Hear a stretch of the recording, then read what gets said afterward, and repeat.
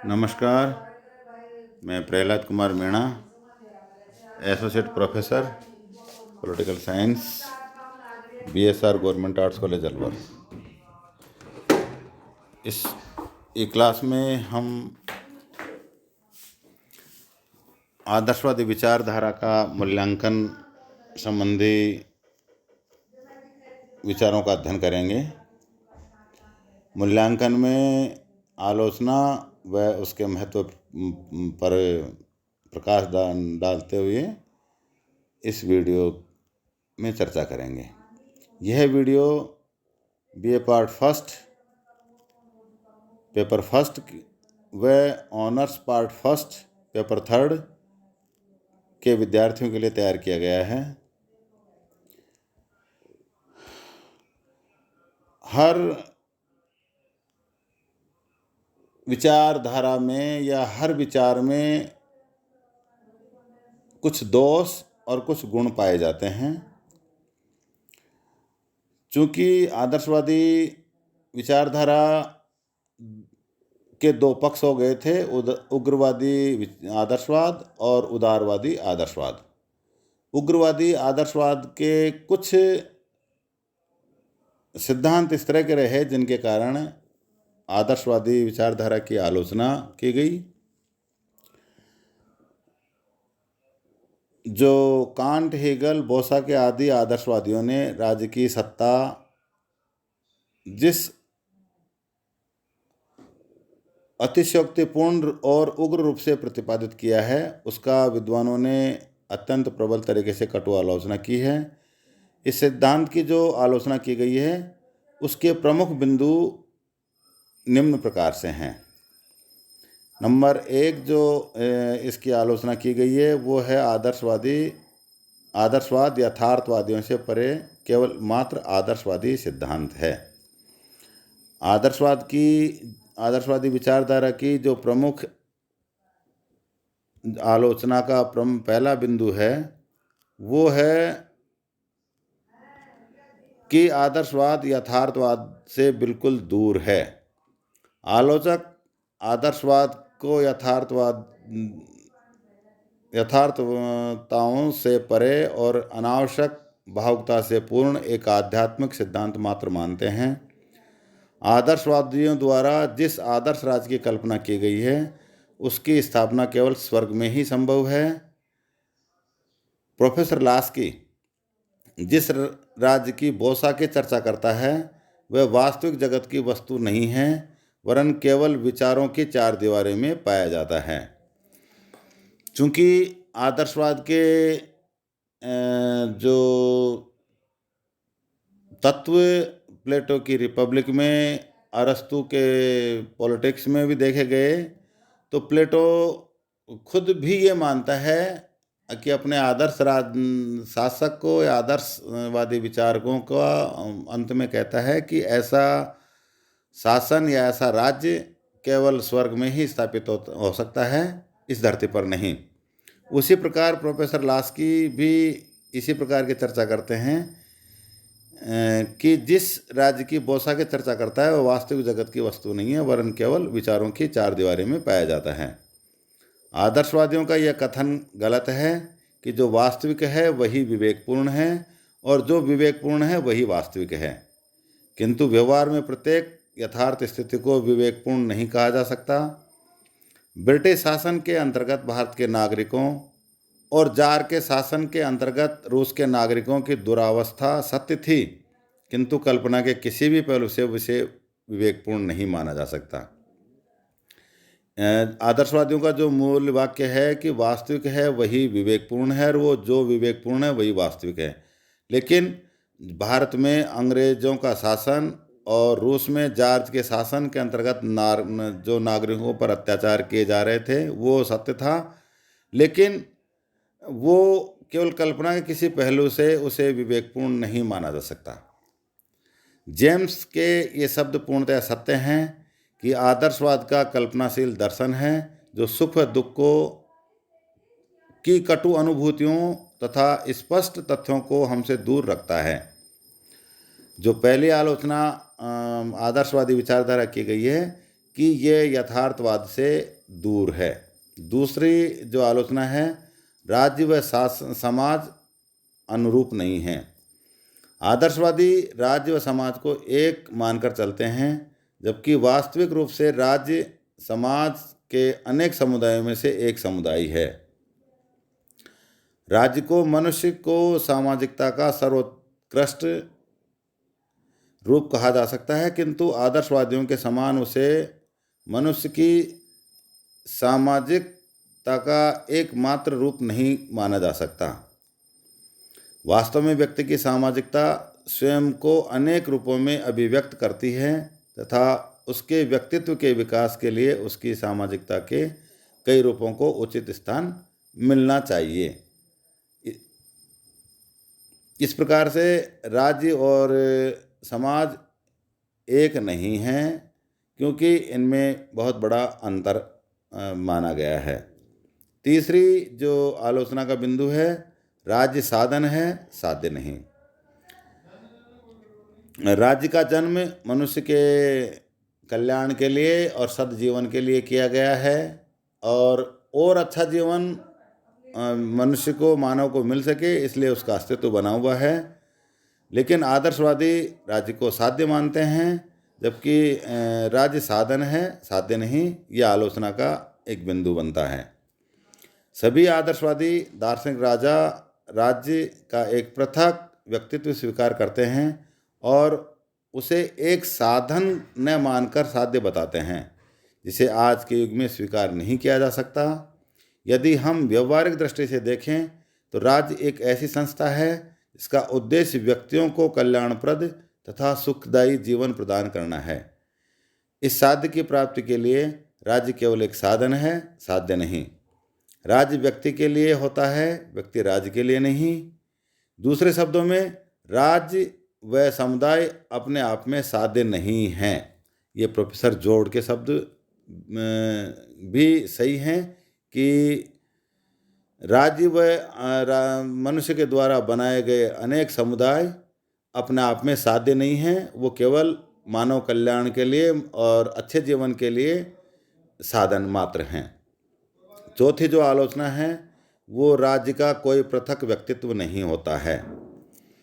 आदर्शवादियों ने राज्य का एक पृथक अस्तित्व माना था, उसका व्यक्तित्व माना था, लेकिन आलोचकों द्वारा ये कहा गया कि राज्य का कोई पृथक व्यक्तित्व नहीं होता है। उग्र वादियों ने राज्य को सावयव मानकर यह प्रतिपादित किया है कि राज्य का एक अलग व्यक्तित्व होता है, लेकिन आदर्शवादियों की इस धारणा को स्वीकार नहीं किया जा सकता। व्यक्तियों के संगठन से राज्य रूपी कोई नया लोकोत्तर व्यक्तित्व बन जाता है, यह केवल मात्र एक भ्रम मात्र है।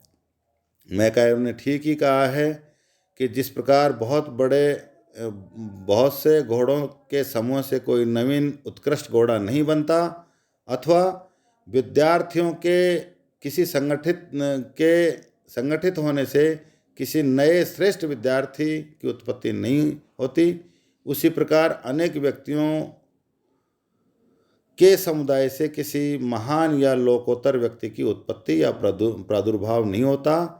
और जब उसका कोई नया श्रेष्ठ रूप का प्रादुर्भाव नहीं हो सकता, तो राज्य का कोई पृथक व्यक्तित्व भी नहीं हो सकता है। पांचवी जो आलोचना का बिंदु है, वो है सर्वशक्तिमान राज्य का सिद्धांत गलत है। आदर्शवादी राजसत्ता की कोई सीमा निश्चित नहीं करते और उसकी सर्वशक्तिमानता का प्रतिपादन करते हैं, लेकिन यह दृष्टिकोण न तो उचित है और न व्यवहारिक। यह एक सर्वविदित बात है कि राज कानून के माध्यम से कार्य करता है और कानून व्यक्ति के बाह्य कार्य को नियंत्रित करता है। इसलिए व्यवहार में किसी भी राज्य द्वारा असीमित शक्तियों का प्रयोग नहीं किया जा सकता। इसके अलावा राज्य को असीमित शक्तियां देने के दुष्परिणाम ही होंगे और इससे कार्यपालिका निरंकुश व अत्याचारी हो जाएगी, जिससे स्वयं शासन का ही अंत संभव है या स्वयं ही नष्ट हो जाता है। छठी जो आलोचना का बिंदु है, राज्य पूर्णतया दोष मुक्त संस्था है। आदर्शवादियों द्वारा प्रतिपादित राज्य के दोष मुक्तता के सिद्धांत को भी स्वीकार नहीं किया जा सकता। राज्य व्यक्तियों के माध्यम से ही कार्य करता है और यह सर्वविदित है, सत्य है कि गलती करना मानव स्वभाव है, क्योंकि जो व्यक्ति कार्य करेगा उससे गलती होना संभावित है, इसलिए गलती करना मानव स्वभाव है। ये बात भी गलत है कि एक व्यक्ति शासक वर्ग में शामिल होते ही देवता कैसे बन सकता है जो कभी कोई गलती ना करे। इस संदर्भ में प्रोफेसर हाबहाउस ने कहा कि शासकीय कानून या अन्य राजकीय संस्थाएं मानवता के सर्वाधिक सफल परीक्षणों से बहुत दूर हैं। वे आलोचना की मांग करते हैं और उसकी पूजा झूठे देवता की स्थापना करना है। तो ये भी एक आलोचना का प्रमुख बिंदु है कि राज्य पूर्णतया दोष मुक्त संस्था जो आदर्शवादियों ने बताई है वो सर्वथा गलत है। 7वें नंबर पर जो आलोचना का बिंदु है वो है आदर्शवादी स्वतंत्रता दोषपूर्ण है। आदर्शवादियों ने जो स्वतंत्रता, जिस प्रकार की स्वतंत्रता का प्रतिपादन उन्होंने किया है वो दोषपूर्ण है। आदर्शवादी विचारधारा व्यक्ति की स्वतंत्रता की विरोधी है। उसके अनुसार व्यक्ति की स्वतंत्रता इस बात में ही निहित है कि वो राजाज्ञा और उसके कानूनों का बिना विरोध के पालन करे। उसमें उसके संदेह नहीं है कि व्यक्ति की स्वतंत्रता राज्य पर आधारित है, किंतु यह औचित्यपूर्ण नहीं है क्योंकि व्यक्ति अपनी स्वतंत्रता राज्य के आदेशों व उसके कानूनों का आंख मूंद कर पालन करे, यह कहीं भी औचित्यपूर्ण नहीं है। हाबहाउस के अनुसार यह सिद्धांत कि कानून की अनुरूपता में ही स्वतंत्रता है, स्वतंत्रता का वास्तविक निषेध है। इसी प्रकार प्रोफेसर डैनिंग ने कहा है कि जिस स्वतंत्रता का हीगल ने वर्णन किया है वह तो तर्कशास्त्र में एक अभ्यास मात्र है। इस प्रकार से राजाज्ञाओं का जो पालन करने की बात और उसी में व्यक्ति की स्वतंत्रता निहित मानी गई है आदर्शवादी विचारधारा में, वो दोषपूर्ण सिद्धांत के रूप में उसकी आलोचना की गई है। 8वें नंबर पे आदर्शवादी नैतिक और राजनीतिक कृत्यों में अंतर नहीं करते हैं। यह आलोचना का 8वां बिंदु है कि आदर्शवादी नैतिक और राजनीतिक कृत्यों में अंतर नहीं करते हैं। हॉब्सन के अनुसार आदर्शवादियों का मुख्य दोष यह है कि वे नैतिक व राजनीतिक कृत्यों में अंतर नहीं करते हैं। ये आवश्यक नहीं है कि जो कानूनी दृष्टिकोण से सत्य हो वह नैतिक रूप से भी सर्वदा सत्य हो। रात्रि में बिना प्रकाश के कार चलाना कानून के विरुद्ध होने पर भी नैतिकता के विरुद्ध नहीं है। यदि सभी कानूनी कर्तव्यों को नैतिक उत्तरदायित्वों में परिणत कर दिया जाए तो फिर जीवन जीने योग्य ही नहीं रहेगा। नैतिक और राजनीतिक कर्तव्यों को एक मान लेने का तार्किक निष्कर्ष तो यह है कि लोकमान्य तिलक, गांधी तथा सुभाष बोस ने जैसे अनेक लोगों ने ब्रिटिश शासन का विरोध करते हुए नैतिक कर्तव्यों के विरुद्ध आचरण किया था, जो कि सर्वथा सही था क्योंकि वो अपनी आज़ादी की लड़ाई अपने ढंग से लड़ रहे थे। इसलिए आदर्शवादी नैतिक और राजनीतिक कर्तव्यों में अंतर जो नहीं करते हैं वो आलोचना का एक कारण है। 9वें नंबर पे जो आदर्शवादी विचारधारा की आलोचना का बिंदु है, आदर्शवाद अंतर्राष्ट्रीय कानून व शांति के लिए घातक है। चूँकि आदर्शवादी विचारधारा के लोग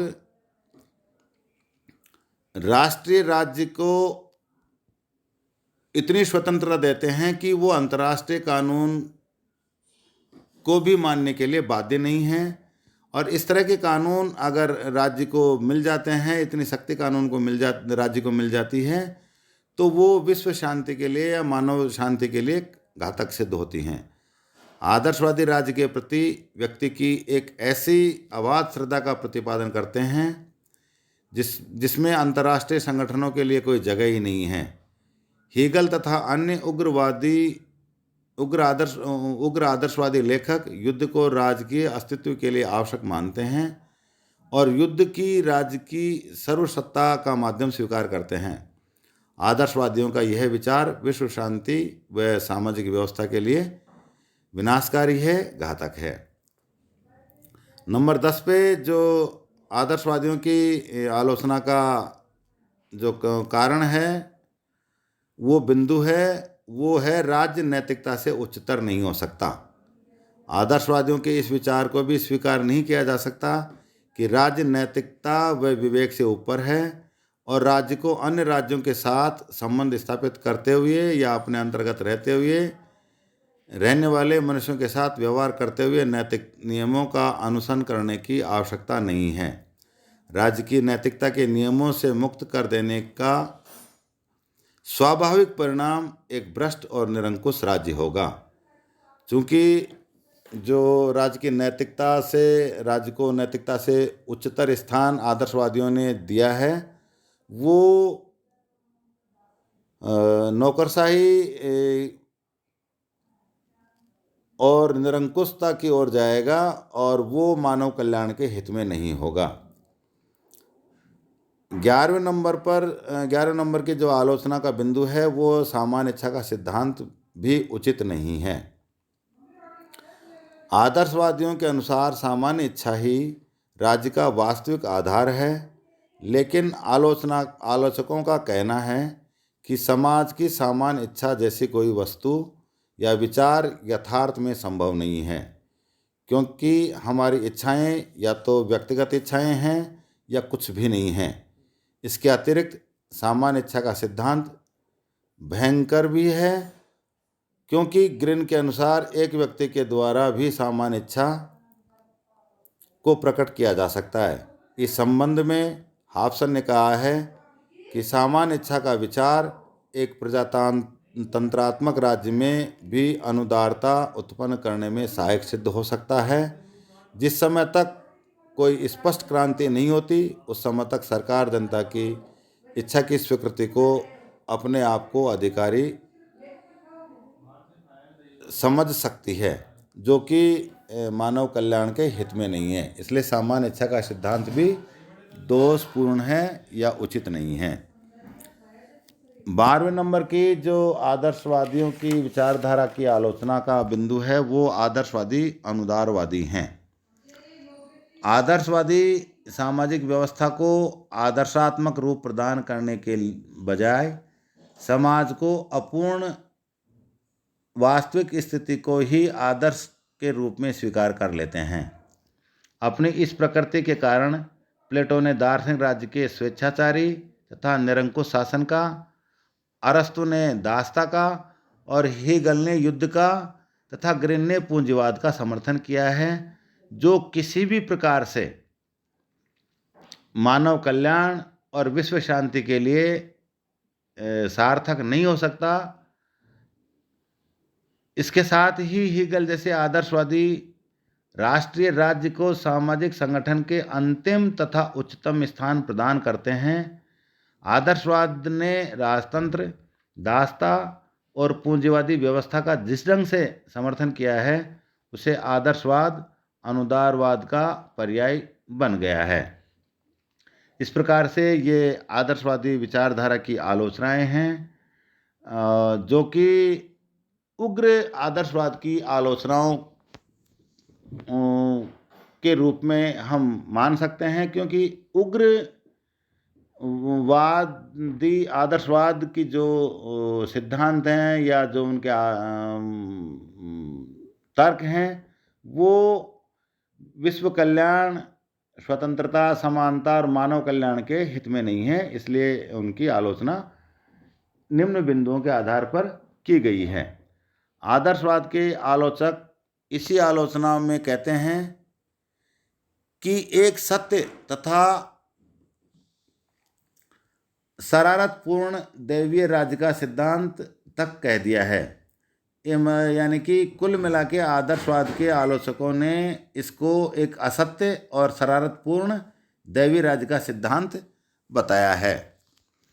इन सभी आलोचनाओं के बाद भी आदर्शवादी विचारधारा में कुछ गुण हैं या उसका महत्व है या उसका योगदान है, क्योंकि हर सिक्के के दो पहलू होते हैं जिसमें कुछ अच्छाइयाँ और कुछ बुराइयाँ होती हैं। इन आलोचनाओं के बाद भी आदर्शवाद का महत्व कम नहीं है। आदर्शवाद की कटु आलोचना वो में भी इससे कोई संदेह नहीं है कि उग्र आदर्शवाद विशेष रूप से हेगल की राजनीतिक विचारधारा आलोचना की पात्र है। किंतु जैसा गार्नर का मत है, आदर्शवाद के विरुद्ध जो आलोचनाएं की गई हैं उनमें से अधिकांश के संबंध में कहा जा सकता है कि वे अनुचित, अतिशयोक्तिपूर्ण और इस सिद्धांत के मिथ्या विचार पर आधारित हैं। ग्रीन का उदार आदर्शवाद तो निश्चित रूप से समीचीन है या आदर्शनीय है या मान्य है और वो बहुत उपयोगी है और उसमें बहुत कुछ अपनाने योग्य व प्रशंसनीय है। आदर्शवादी जो विचारधारा है उसमें विशेषतया उदारवादी आदर्शवाद का महत्व निम्न प्रकार से बताया जा सकता है। पहला जो महत्व आदर्शवादी विचारधारा का है वो है आदर्शवाद राजनीति व नीति शास्त्र के मध्य घनिष्ठ संबंध प्रतिपादित करता है और आदर्शवाद की यह मान्यता बिल्कुल सही है कि राजनीति का अध्ययन नैतिक दृष्टिकोण से ही किया जाना चाहिए। ग्रीन व गांधी ने तो इस क्षेत्र में विशेष रूप से महत्वपूर्ण योगदान दिया है। टी.एच. ग्रीन ने राज्य की उत्पत्ति के संबंध में कहा है कि राज्य शक्ति का आधार नहीं, इच्छा पर आधारित है, और गांधी ग्राम स्वराज या स्वराज की बात करके इस आदर्शवादी विचारधारा का समर्थन करते हैं। नंबर 2 जो आदर्शवाद का महत्व है या उसका योगदान है या उसकी विचारधारा का गुण है वो है आदर्शवाद समाज की आंगिक एकता पर बल देता है और वह बताता है कि किस प्रकार समाज राज्य द्वारा एक सूत्र में बंधा रहता है। आदर्शवादी इस सत्य का प्रतिपादन करते हैं कि व्यक्ति का सच्चा कल्याण समाज के सार्वजनिक जीवन में उचित स्थान प्राप्त करने में ही है। आदर्शवाद समाज की आंगिक एकता पर बल देता है और जिस प्रकार से शरीर के बिना कि उसके अंगों का कोई महत्व नहीं होता है और शरीर के साथ ही अंगों का विकास या उनका महत्व होता है, उसी प्रकार से व्यक्ति का सच्चा कल्याण समाज के सार्वजनिक जीवन में उचित स्थान प्राप्त करने में आदर्शवादी विचारों का बड़ा महत्वपूर्ण योगदान है। तीसरे नंबर पर जो आदर्शवाद का योगदान या उसका महत्व है वो आदर्शवादियों का यह कहना भी ठीक है कि मनुष्य के सर्वोच्च गुण वे हैं जिनका संबंध बुद्धि और आत्मा से होता है। इसके अतिरिक्त निम्नतर की उच्चतर द्वारा व्याख्या का उनका विचार भी पूर्णतया सत्य है। आदर्शवाद उपयोगितावाद की भांति भौतिक संतुष्टि पर ही बल नहीं देता वरन आध्यात्मिक महत्व का प्रतिपादन भी करता है, क्योंकि उपयोगितावादी शुक्र वृत्ति की बात करते हैं जिसका अर्थ है कि एक दुखी व्यक्ति से सुखी स्वर भी अच्छा है। इस दृष्टिकोण से आदर्शवाद को उपयोगितावाद की शुक्र वृत्ति के विरुद्ध एक अभिनंदनीय प्रतिक्रिया कहा जा सकता है। नंबर 4 पर आदर्शवादी विचारधारा का जो महत्व है, आदर्शवाद बल का निषेध करके इच्छा को ही राज्य का आधार मानता है, जो वर्तमान युग में, मध्य युग में और प्राचीन युग में भी सत्य था या उसका महत्व था। और अंतिम जो आदर्शवादी विचारधारा का महत्व या योगदान है वो है टी.एच. ग्रीन का आदर्शवाद। आदर्श की प्रतिष्ठा करते हुए भी मात्र कल्पना ही नहीं है, बहुत कुछ सीमा तक वह सत्य, अनुभव व ज्ञान पर आधारित विचारधारा है। इस प्रकार से हमने आदर्शवादी विचारधारा का अध्ययन इन वीडियो के माध्यम से किया, जिसमें आदर्शवादी विचारधारा का अर्थ और उसकी व्याख्या समझी। दूसरे वीडियो में हमने आदर्शवाद के सिद्धांतों का अध्ययन किया और जो अंत में आदर्शवाद का मूल्यांकन या उसकी आलोचना और महत्व पर चर्चा की गई। इस तरह से ये वीडियो हम यहीं समाप्त करते हैं। और जिस प्रकार से आदर्शवादी विचारधारा का हमने अध्ययन किया, इसी प्रकार से हम अगले वीडियो में एक नई विचारधारा का अध्ययन अगले वीडियो में करेंगे। तब तक के लिए धन्यवाद। घर में रहें, सुरक्षित रहें और अति आवश्यक होने पर ही घर से बाहर निकलें। बाहर निकलते हुए मास्क का प्रयोग आवश्यक रूप से करें। धन्यवाद।